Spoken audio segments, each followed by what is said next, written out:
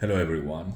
For this assignment, I spoke with two people who know me from previous work experience and personal interactions to better understand how other people perceive me. The first person is Diego Rodriguez, a former colleague from Colombia with whom I developed a very close professional relationship. And the second person is Marija Donevska, a colleague from Macedonia who also work together closely and build a strong friendship and professional connection. I asked both of them to question from this assignment, and I noticed some interesting similarities and differences in how they perceive me. So let's start with the questions. The first question: how do other people perceive you? Okay, Diego told me that people usually perceive me as a very energetic, outgoing, and motivated person. He said I tend to take initiative naturally, especially in team environments, and that I communicate confidently with people from different backgrounds. He also mentioned that I usually try to help others and maintain a positive attitude even under pressure. Marija had a similar perception.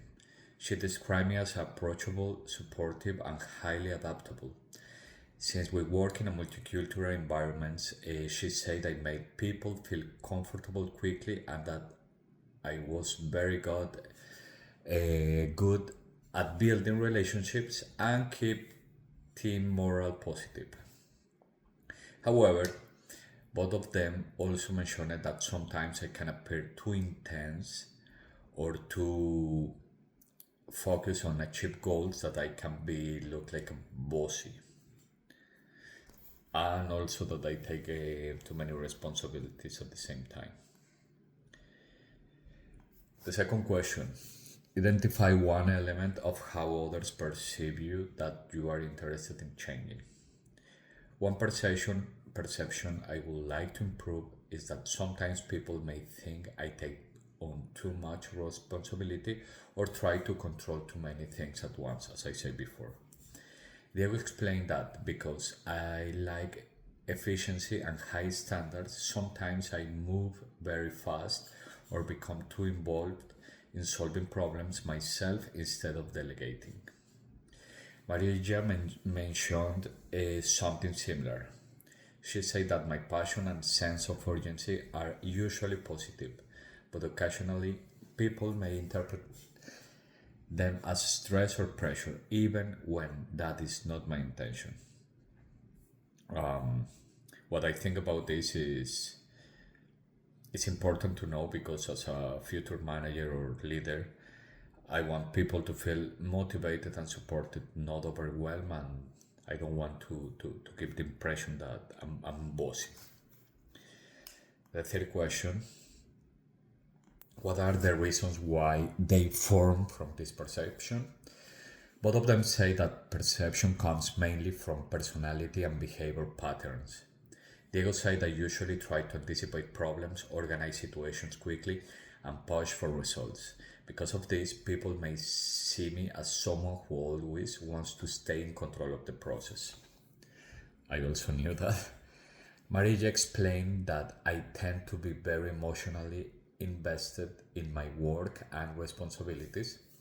She said that when I care deeply about something, my energy level increases significantly, and others can notice that intensity. They both agree that my strong communication style and ambition contributes to these perceptions. The next question: what have you done to contribute to the development of these perceptions?